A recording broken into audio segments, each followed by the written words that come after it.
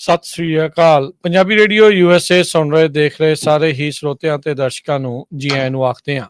Programme ਲੈ ਕੇ ਹਾਜ਼ਰ ਹੋ ਚੁੱਕੇ ਹਾਂ ਇਸ ਟਾਈਮ ਅਪਡੇਟ ਕੈਲੀਫੋਰਨੀਆ। ਮੈਂ ਰਾਜਕਨਵੀਰ ਸਿੰਘ।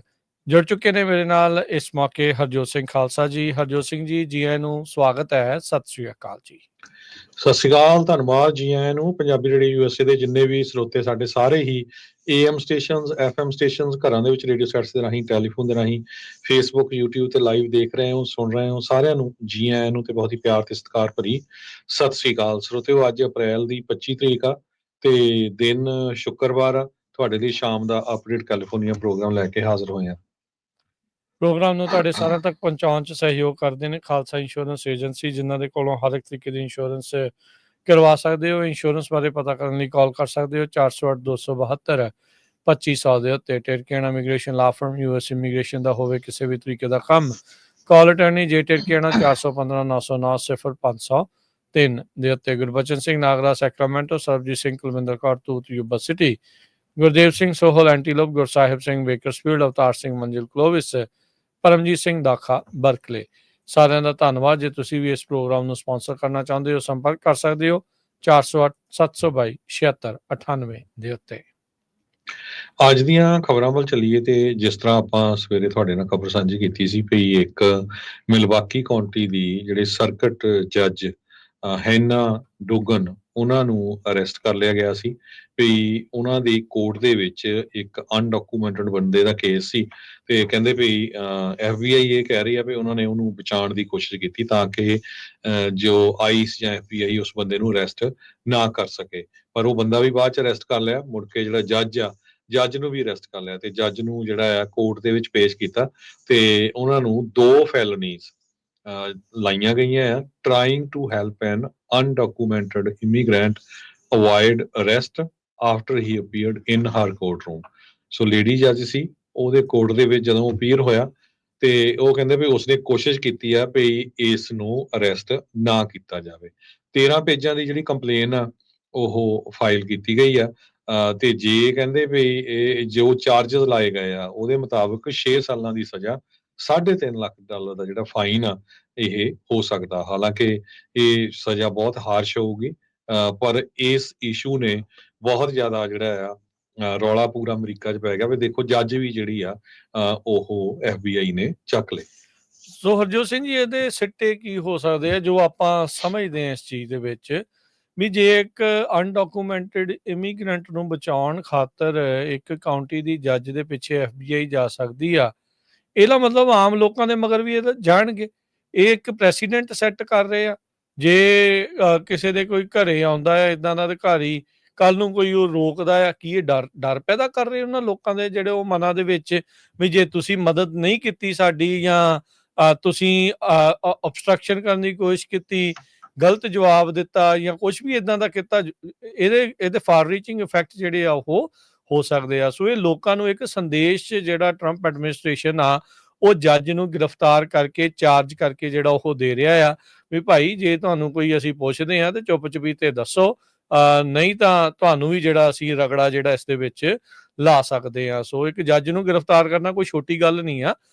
ਇੱਕ ਵੱਡੀ ਜਿਹੜੀ ਚੀਜ਼ ਇਹ ਵਾਪਰੀ ਆ।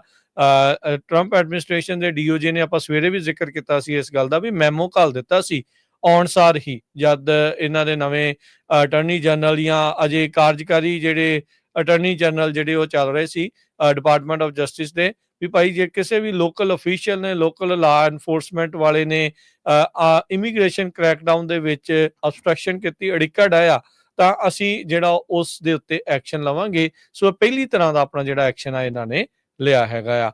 ਉਧਰ ਟਰੰਪ ਐਡਮਿਨਿਸਟ੍ਰੇਸ਼ਨ ਨੇ ਇੱਕ ਪਾਸੇ ਜਿਹੜਾ ਹਰਜੋਤ ਸਿੰਘ ਜੀ ਜੱਜ ਤੱਕ ਨੂੰ ਗ੍ਰਿਫਤਾਰ ਕਰਕੇ ਇੱਕ ਨਵਾਂ ਪ੍ਰੈਸੀਡੈਂਟ ਸੈੱਟ ਕੀਤਾ ਆ।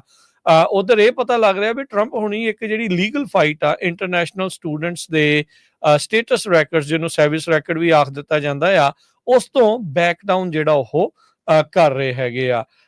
ਬਹੁਤ ਸਾਰੀਆਂ ਜਿਹੜੀਆਂ ਨਿਊਜ਼ ਏਜੰਸੀਜ਼ ਇਹ ਦਾਅਵਾ ਕਰ ਰਹੀਆਂ ਵੀ ਟਰੰਪ ਐਡਮਿਨਿਸਟ੍ਰੇਸ਼ਨ ਨੇ ਕਈ ਜਿਹੜੇ ਸਟੂਡੈਂਟ ਵੀਜ਼ਾਜ਼ ਆ ਉਹਨਾਂ ਨੂੰ ਰਿਸਟੋਰ ਕਰ ਦਿੱਤਾ, ਜਿਨ੍ਹਾਂ ਵਿੱਚੋਂ ਕੁਛ ਕੈਲੀਫੋਰਨੀਆ ਯੂਨੀਵਰਸਿਟੀਜ਼ ਦੇ ਵਿਦਿਆਰਥੀ ਵੀ ਜਿਹੜੇ ਉਹ ਦੱਸੇ ਜਾਂਦੇ ਆ। ਸੈਕਰਾਮੈਂਟੋ ਵੀ ਰਿਪੋਰਟ ਕਰ ਰਹੀ ਹੈ ਵੀ 14 UC ਡੇਵਿਸ ਦੇ ਜਿਹੜੇ ਸਟੂਡੈਂਟ, ਜਿਨ੍ਹਾਂ ਚੋਂ 9 ਰੀਸੈਂਟ ਗ੍ਰੈਜੂਏਟ ਸੀ, ਉਹਨਾਂ ਦਾ ਜਿਹੜਾ F1 ਵੀਜ਼ਾ ਜਿਹੜਾ ਟਰਮੀਨੇਟ ਕੀਤਾ ਗਿਆ ਹੋਇਆ ਸੀ। ਸੋ ਕਹਿੰਦੇ ਵੀ 24 ਅਪ੍ਰੈਲ ਤੋਂ ਫੈਡਰਲ ਗਵਰਨਮੈਂਟ ਨੇ ਉਹਨਾਂ 23 ਦੇ ਵਿੱਚੋਂ 10 ਜਾਣਿਆਂ ਦਾ ਜਿਹੜਾ ਵੀਜ਼ਾ ਸਟੇਟਸ ਆ ਉਹ ਰਿਸਟੋਰ ਕਰ ਦਿੱਤਾ ਹੈ, ਜਿਨ੍ਹਾਂ ਵਿੱਚ ਕੁਝ ਉਹ ਵੀ ਵਿਦਿਆਰਥੀ ਸ਼ਾਮਿਲ ਆ ਜਿਹੜੇ ਹੁਣੇ ਗ੍ਰੈਜੂਏਟ ਹੋ ਕੇ ਜਿਹੜੇ ਉਹ ਨਿਕਲੇ ਨੇ, ਪਰ 13 ਜਾਣਿਆਂ ਦਾ ਜਿਹੜਾ ਸਟੇਟਸ ਆ ਉਹ ਟਰਮੀਨੇਟ ਰਹੇਗਾ। ਕੈਲੀਫੋਰਨੀਆ ਸਟੇਟ ਯੂਨੀਵਰਸਿਟੀ ਦੇ ਸਿਸਟਮ ਦੇ ਵਿੱਚ ਜਿਹੜੇ 70 ਇੰਟਰਨੈਸ਼ਨਲ ਸਟੂਡੈਂਟਸ ਆ, ਉਹਨਾਂ ਦੇ ਵੀਜ਼ਾ ਟਰਮੀਨੇਟ ਕੀਤੇ ਗਏ ਸੀ ਪਿਛਲੇ 1 ਮਹੀਨੇ ਦੇ ਵਿੱਚ। ਸੋ ਹੁਣ ਤੱਕ ਜਿਹੜੇ CSU ਦੇ, ਕੈਲੀਫੋਰਨੀਆ ਸਟੇਟ ਯੂਨੀਵਰਸਿਟੀ ਦੇ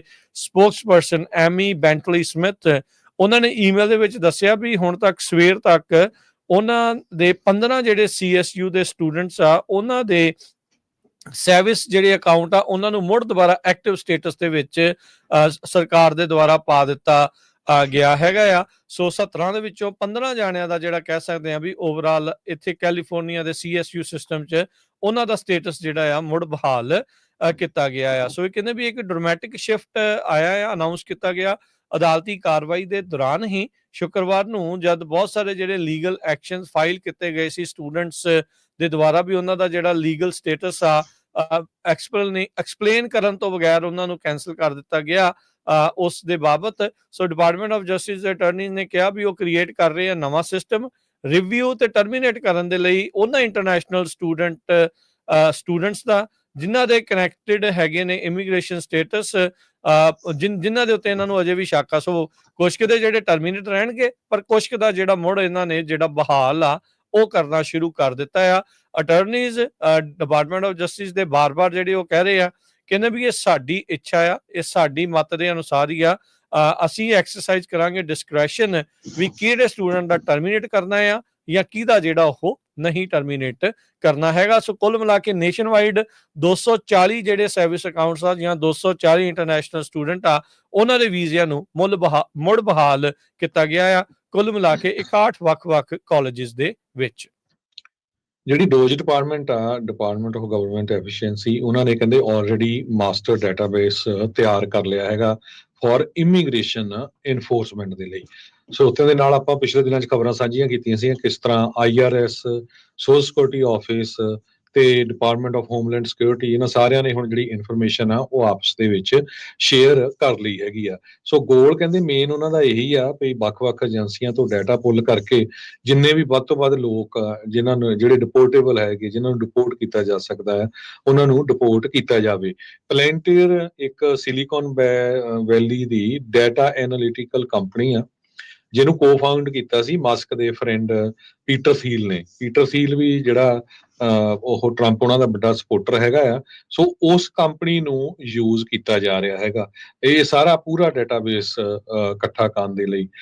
ਉਸ ਤੋਂ ਬਾਅਦ ਫਿਰ ਆਈਸ ਵਾਲੇ ਤੇ DHS ਵਾਲੇ ਆ ਲੋਕਾਂ ਨੂੰ ਡਿਪੋਰਟ ਕਰਨ ਦੇ ਲਈ ਵਰਤੂਗੇ। ਕਹਿੰਦੇ ਵੀ ਇਹ ਇੱਕ ਤਰ੍ਹਾਂ ਦੇ ਨਾਲ ਡਿਪੋਰਟੇਸ਼ਨ ਮਸ਼ੀਨ ਡਿਜ਼ਾਈਨ ਕੀਤੀ ਜਾ ਰਹੀ ਆ।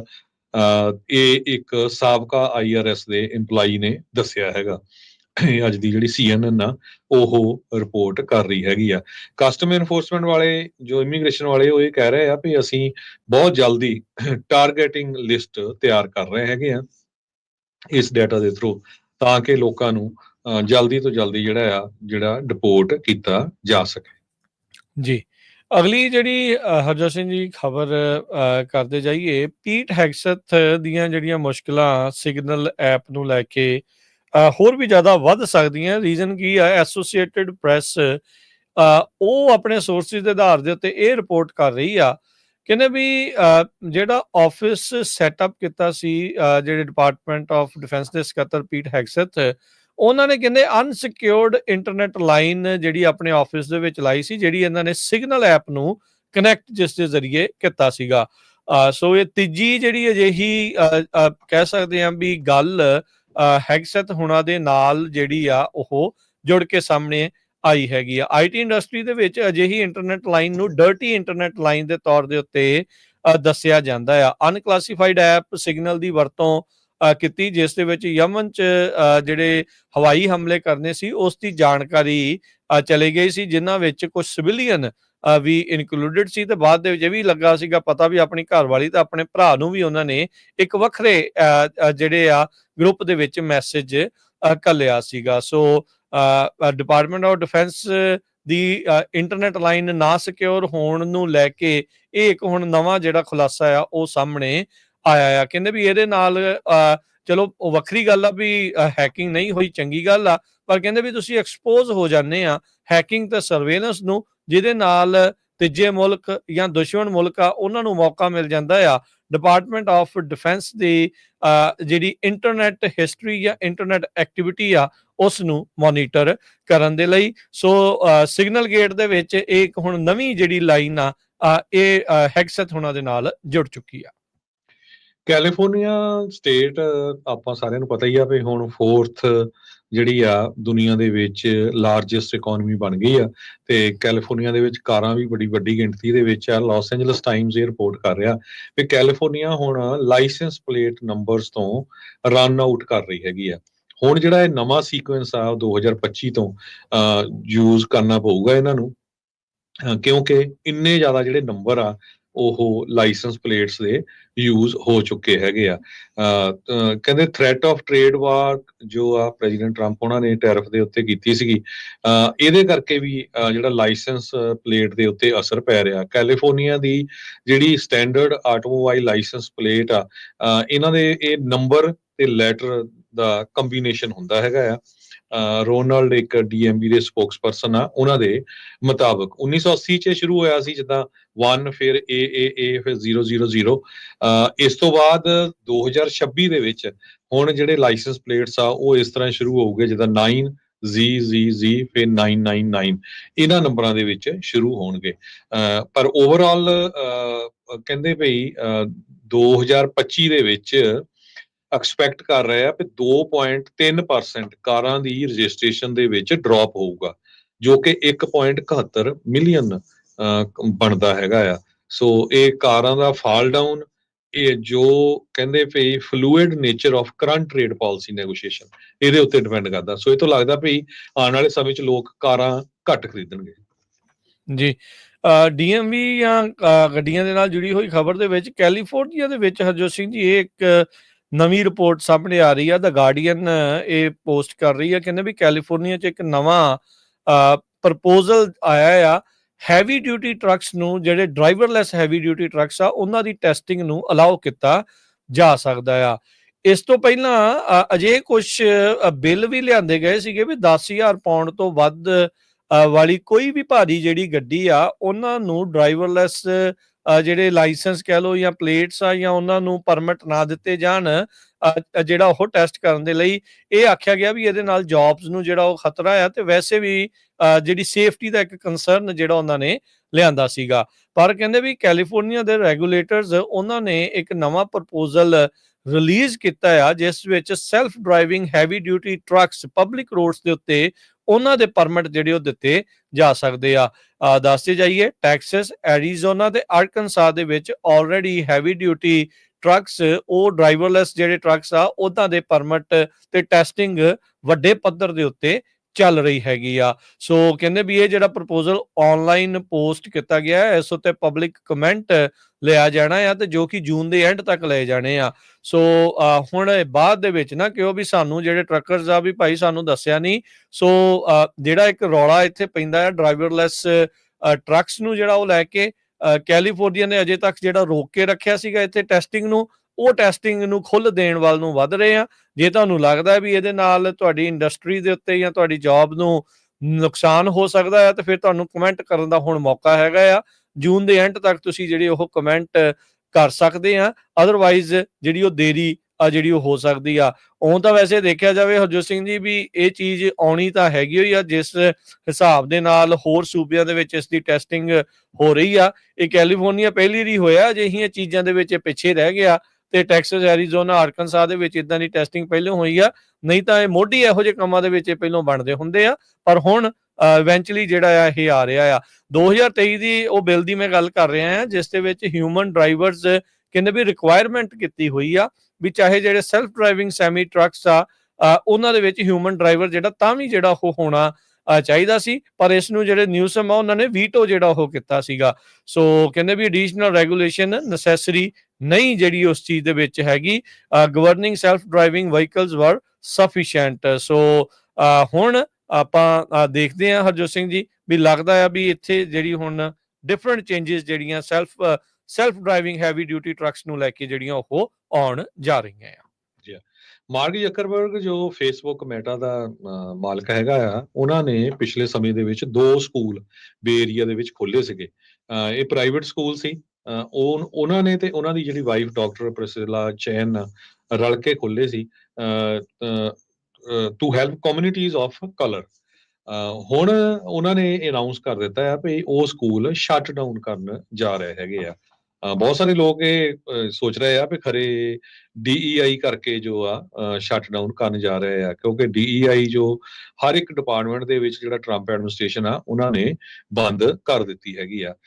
ਇੱਕ ਸਕੂਲ ਇਹ ਇਹਨਾਂ ਦਾ ਈਸਟ ਪਾਲੋ ਆਲਟੋ ਕੈਲੀਫੋਰਨੀਆ ਦੇ ਵਿੱਚ ਇਹਨਾਂ ਨੇ ਖੋਲ੍ਹਿਆ ਸੀਗਾ। ਸੋ ਇਹ ਬੜੀ ਹੈਰਾਨੀ ਦੀ ਗੱਲ ਆ ਕਿ ਦੁਨੀਆ ਦੇ ਐਡੇ ਬੰਦੇ ਜਿਹੜੇ ਅਮੀਰ ਸੀ ਇਹਨਾਂ ਨੇ ਸਕੂਲ ਖੋਲ੍ਹੇ ਸੀ।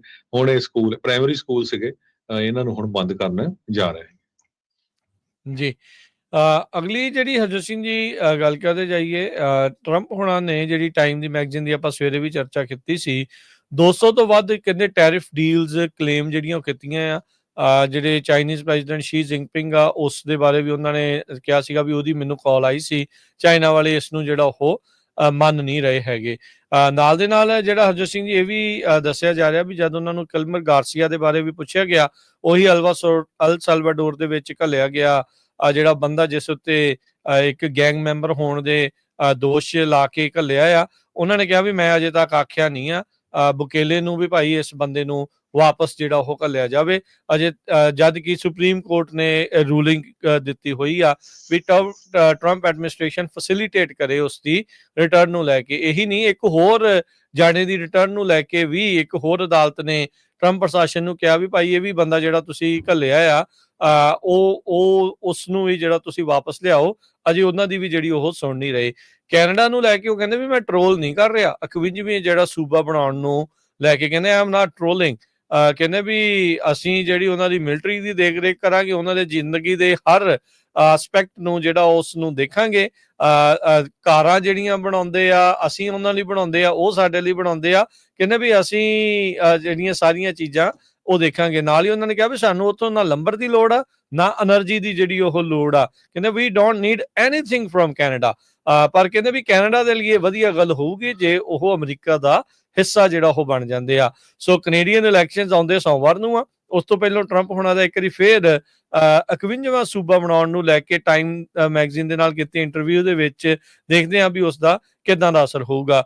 ਟਰੰਪ ਹੋਣਾ ਨੇ ਆਪਣੀ ਇਸ ਇੰਟਰਵਿਊ ਦੇ ਵਿੱਚ ਇਹ ਵੀ ਕਿਹਾ ਵੀ ਕਹਿੰਦੇ ਵੀ ਉਹ ਕਿਸੇ ਲੂਪ ਹੋਲ ਦੀ ਵਰਤੋਂ ਨਹੀਂ ਕਰਨਗੇ ਜਿਹੜੀ 3rd ਟਰਮ ਨੂੰ ਜਿਹੜਾ ਉਹ ਲੈ ਕੇ। ਕਹਿੰਦੇ ਵੀ ਮੈਂ ਬਲੀਵ ਨਹੀਂ ਕਰਦਾ ਲੂਪ ਹੋਲਸ ਦੀ ਜਿਹੜੀ ਉਹ ਵਰਤੋਂ ਕਰਨ ਦੇ ਲਈ, ਕਿਉਂਕਿ ਹਾਲ ਦੀ ਘੜੀ ਜਿਹੜੀ 22ਵੀਂ ਅਮੈਂਡਮੈਂਟ ਆ ਸੰਵਿਧਾਨ ਦੀ ਉਹ ਟਰੰਪ ਹੁਣਾਂ ਨੂੰ ਰੋਕਦੀ ਆ ਵੀ ਤੀਜੀ ਵਾਰ ਇਲੈਕਸ਼ਨ ਪ੍ਰੈਜ਼ੀਡੈਂਟ ਦੇ ਲਈ ਉਹ ਨਹੀਂ ਰੱਦ ਕਰ ਸਕਦੇ। ਕਹਿੰਦੇ ਵੀ ਕਈ ਲੋਕ ਤਾਂ ਭੀਖ ਮੰਗ ਰਹੇ ਆ, ਮੇਰੇ ਮੋਗੇ ਬੈਗ ਕਰ ਰਹੇ ਆ ਵੀ ਤੁਸੀਂ ਰਨ ਜਿਹੜਾ ਉਹ ਤੀਜੀ ਵਾਰੀ ਜ਼ਰੂਰ ਜਿਹੜਾ ਉਹ ਕਰੋ।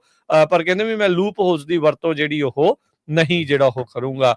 ਤੇ ਟਰੰਪ ਹੁਣਾਂ ਨੇ ਇਹ ਵੀ ਕਿਹਾ ਵੀ ਜੇ ਮੈਡੀਕੇਡ ਨੂੰ ਕੱਟਸ ਦੀ ਗੱਲ, ਸਿਗਨੀਫੀਕੈਂਟ ਕੱਟਸ ਦੀ ਗੱਲ ਆਉਂਦੀ ਆ ਤਾਂ ਉਸ ਬਿੱਲ ਨੂੰ ਉਹ ਵੀਟੋ ਕਰ ਦੇਣਗੇ। ਸੋ ਕਿਤੇ ਨਾ ਕਿਤੇ ਉਹਨਾਂ ਨੇ ਕਾਂਗਰਸ ਦੇ ਵਿੱਚ ਜਿਹੜੇ ਲਾਅਮੇਕਰਸ ਆ ਉਹਨਾਂ ਨੂੰ ਇਹ ਸਾਫ਼ ਦੱਸ ਦਿੱਤਾ ਵੀ ਉਹ ਮੈਡੀਕੇਡ ਦੇ ਵਿੱਚ ਜਿਹੜੇ ਕੱਟਸ ਆ ਉਹਨਾਂ ਦੇ ਹੱਕ ਦੇ ਵਿੱਚ ਨਹੀਂ ਆ, ਸਿਗਨੀਫੀਕੈਂਟ ਕੱਟਸ ਦੇ ਹੱਕ ਦੇ ਵਿੱਚ ਨਹੀਂ ਆ, ਛੋਟੇ-ਮੋਟੇ ਕੱਟਸ ਦੇ ਹੱਕ 'ਚ ਆ ਕਿ ਨਹੀਂ, ਉਹਦੇ ਬਾਰੇ ਜਿਹੜਾ ਉਹ ਅਜੇ ਦੇਖਣ ਵਾਲੀ ਗੱਲ ਰਹੇਗੀ। ਸੋ ਕਾਫੀ ਜਿਹੜੀ ਕਹਿੰਦੇ ਵੀ ਲੰਮੀ ਚੌੜੀ ਜਿਹੜੀ ਇੰਟਰਵਿਊ ਦੇ ਵਿੱਚ ਉਹਨਾਂ ਨੇ ਕਈ ਤਰੀਕੇ ਦੇ ਜਿਹੜੀਆਂ ਚਰਚਾਵਾਂ ਆ ਉਹ ਕੀਤੀਆਂ ਆ। ਤੇ ਉਹਨਾਂ ਨੇ ਕਿਹਾ ਵੀ ਜਿਹੜੀ ਮਿਡਲ ਈਸਟ ਦੇ ਵਿੱਚ ਜਿਹੜੀ ਵਾਰ ਚੱਲ ਰਹੀ ਆ ਉਹਦੇ ਵਿੱਚ ਉਹ ਦਖਲਅੰਦਾਜ਼ੀ ਕਰ ਸਕਦੇ ਆ ਕਿ ਨਹੀਂ, ਇਹ ਦੇਖਣ ਵਾਲੀ ਗੱਲ ਆ। ਕਹਿੰਦੇ ਵੀ ਮੈਂ ਇਹ ਦੇਖੂੰਗਾ ਵੀ ਡੀਲ ਬਣਦੀ ਆ ਜਾਂ ਨਹੀਂ, ਜੇ ਬਣਦੀ ਹੋਈ ਤਾਂ ਫਿਰ ਮੈਂ ਵੇਟ ਕਰਨ ਦੇ ਵਿੱਚ ਪਿੱਛੇ ਨਹੀਂ ਹੋਊਂਗਾ। ਤੇ ਇਹਨਾਂ ਨੇ ਇਹ ਵੀ ਜਿਹੜਾ ਇਸ਼ਾਰਾ ਕੀਤਾ ਵੀ ਸ਼ਾਇਦ ਸਾਊਦੀ ਅਰੇਬੀਆ ਅਬਰਾਹਮ ਐਕਾਰਡਸ ਜਿਹੜੇ ਆ ਉਹਨਾਂ ਦੇ ਨਾਲ ਜਿਹੜਾ ਉਹ ਜੁਆਇਨ ਕਰ ਸਕਦੇ ਹੈਗੇ ਆ। ਜੀ ਕੁਝ ਕੁ ਲੋਕਲ ਖਬਰਾਂ ਜੇ ਦੱਸਦੇ ਜਾਈਏ, ਫ੍ਰਿਜ਼ਨੋ ਦੇ ਵਿੱਚ ਸਿਲਮਾ ਦੇ ਮੇਅਰ ਹੈਗੇ ਆ ਉਹਨਾਂ ਨੂੰ ਚਾਰਜ ਕੀਤਾ ਗਿਆ ਫ੍ਰਿਜ਼ਨੋ ਦੇ ਡਿਸਟ੍ਰਿਕਟ ਅਟਾਰਨੀ ਵੱਲੋਂ ਫॉर ਇਲੈਕਸ਼ਨੀਅਰਿੰਗ। ਉਹ ਕੀ ਆ ਵੀ ਇਲੈਕਸ਼ਨ ਡੇ ਵਾਲੇ ਦਿਨ ਤੁਸੀਂ ਕਿਸੇ ਤਰ੍ਹਾਂ ਦੀ ਕੈਂਪੇਨ ਨਹੀਂ ਕਰ ਸਕਦੇ ਹੈਗੇ। ਸੇਲਮਾ ਦੇ ਜਿਹੜੇ ਮੇਅਰ ਆ ਰੋਬਰਟਸਨ, ਸਕਾਟ ਰੋਬਰਟਸਨ, ਕਹਿੰਦੇ ਉਹਨਾਂ ਨੇ ਇਲੈਕਸ਼ਨ ਡੇ ਵਾਲੇ ਦਿਨ ਜਿਹੜੇ ਲੋਕ ਲਾਈਨ 'ਚ ਲੱਗੇ ਸੀ ਵੋਟਾਂ ਪਾਉਣ, ਉਸ ਟਾਈਮ ਲੋਕਾਂ ਦੇ ਨਾਲ ਗੱਲਬਾਤ ਕੀਤੀ, ਸੁਲਿਸਟ ਕੀਤਾ ਵੀ ਮੈਨੂੰ ਵੋਟ ਪਾਓ, ਜੋ ਕਿ ਟੋਟਲੀ ਰੋਂਗ ਹੈਗਾ। ਸੋ ਰੋਬਰਟਸਨ ਨੂੰ ਚਾਰਜ ਕੀਤਾ ਗਿਆ ਇੱਕ misdemeanour count of prohibited electioneering in violation of elections. So June 5 ਨੂੰ ਉਹਨਾਂ ਦੀ ਅਰੇਂਜਮੈਂਟ ਹੋਊਗੀ ਫ੍ਰਿਜ਼ਨੋ ਕਾਉਂਟੀ ਸੁਪੀਰੀਅਰ ਕੋਰਟ ਦੇ ਵਿੱਚ, ਤੇ ਇਹਦੇ ਮੁਤਾਬਕ ਕਹਿੰਦੇ ਵੀ ਜੋ ਡਿਸਟ੍ਰਿਕਟ ਅਟਾਰਨੀ ਆ ਵੀ ਕੋਈ ਵੀ ਅਬਵ ਦਾ ਲਾ ਨਹੀਂ ਹੈਗਾ, ਖਾਸ ਕਰਕੇ ਜਿਹੜੇ ਪਬਲਿਕ ਆਫਿਸ ਨੂੰ ਹੋਲਡ ਕਰਦੇ ਹੈਗੇ ਆ। ਸੋ ਕਹਿੰਦੇ ਜਿਹੜੀ ਸਾਡੀ ਇਲੈਕਸ਼ਨ ਦੀ ਇੰਟੈਗ੍ਰਿਟੀ ਆ ਉਹ ਬਿਲਕੁਲ ਸਹੀ ਰਹਿਣੀ ਚਾਹੀਦੀ ਆ। ਫ੍ਰਿਜ਼ਨੋ ਕਾਉਂਟੀ ਦੇ district attorney Lisa Smittcamp ਉਹਨਾਂ ਨੇ ਇੱਕ ਸਟੇਟਮੈਂਟ ਜਾਰੀ ਕੀਤੀ ਹੈਗੀ ਆ। ਜੀ ਹਰਜੋਤ ਸਿੰਘ ਜੀ, ਸਮਾਂ ਆਪਣੇ ਪ੍ਰੋਗਰਾਮ ਦਾ ਇੱਥੇ ਹੀ ਸਮਾਪਤ ਹੈ। ਵੀਕਐਂਡ ਤੋਂ ਪਹਿਲਾਂ ਮਾਰਕੀਟਸ ਕਿੱਦਾਂ ਰਹੀਆਂ ਜੇ ਦੱਸ ਜਾਈਏ। ਡਾਓ ਜੋਨ 20 ਪੁਆਇੰਟ ਵੱਧ ਕੇ 40,114 ਤੇ ਬੰਦ ਹੋਇਆ। S&P 40 ਪੁਆਇੰਟ ਵੱਧ ਕੇ 5525। ਨੈਸਡੈਕ 217 ਪੁਆਇੰਟ ਵੱਧ ਕੇ 17,300 ਤੇ 83 ਦੇ ਬੰਦ ਹੋਇਆ। ਸੋਨੇ ਦਾ ਭਾਅ $3,330 ਪ੍ਰਤੀ ਆਉਂਸ। ਕੱਚੇ ਤੇਲ ਦੀ ਕੀਮਤ $63 ਪ੍ਰਤੀ ਬੈਰਲ। 10 year yield 4.24%। ਬਿਟਕੋਇਨ ਦੇ ਵਿੱਚ $94,950 ਦੇ ਬਰਾਬਰ ਤੇ ਇਥੀਰੀਅਮ $1,795 ਦੇ ਬਰਾਬਰ ਚੱਲ ਰਿਹਾ ਹੈ। ਇੱਕ $1 ਦੇ ਬਰਾਬਰ ਕੈਨੇਡਾ ਦੇ $1 ਤੇ 38.5 ਸੈਂਟ ਰਹੇ ਆ। ਇੱਕ $1 ਦੇ ਬਰਾਬਰ ਪਾਕਿਸਤਾਨ ਦੇ 280 ਰੁਪਏ ਤੇ 15 ਪੈਸੇ। ਇੱਕ $1 ਦੇ ਬਰਾਬਰ ਇੰਡੀਆ ਦੇ 85 ਰੁਪਏ ਤੇ 37 ਪੈਸੇ। ਇਸੇ ਪ੍ਰੋਗਰਾਮ ਦੀ ਸਮਾਪਤੀ ਮੇਰੇ ਰਾਜਕਰਮਜੀਤ ਸਿੰਘ ਵੱਲੋਂ ਤੇ ਹਰਜੋਤ ਸਿੰਘ ਵੱਲੋਂ ਆਪ ਸਭ ਨੂੰ ਪਿਆਰ ਸਤਿਕਾਰ ਸਹਿਤ ਨਿੱਘੀ ਜਿਹੀ ਸਤਿ ਸਤਿ ਸ੍ਰੀ ਸ੍ਰੀ ਅਕਾਲ। ਅਕਾਲ। ਜਿੰਨੇ ਵਾਸਤੇ ਰਹੋ, ਹੱਸਦੇ ਖੇਲਦੇ ਰਹੋ, ਸੁਣਦੇ ਰਹੋ, ਦੇਖਦੇ ਰਹੋ ਪੰਜਾਬੀ ਰੇਡੀਓ US।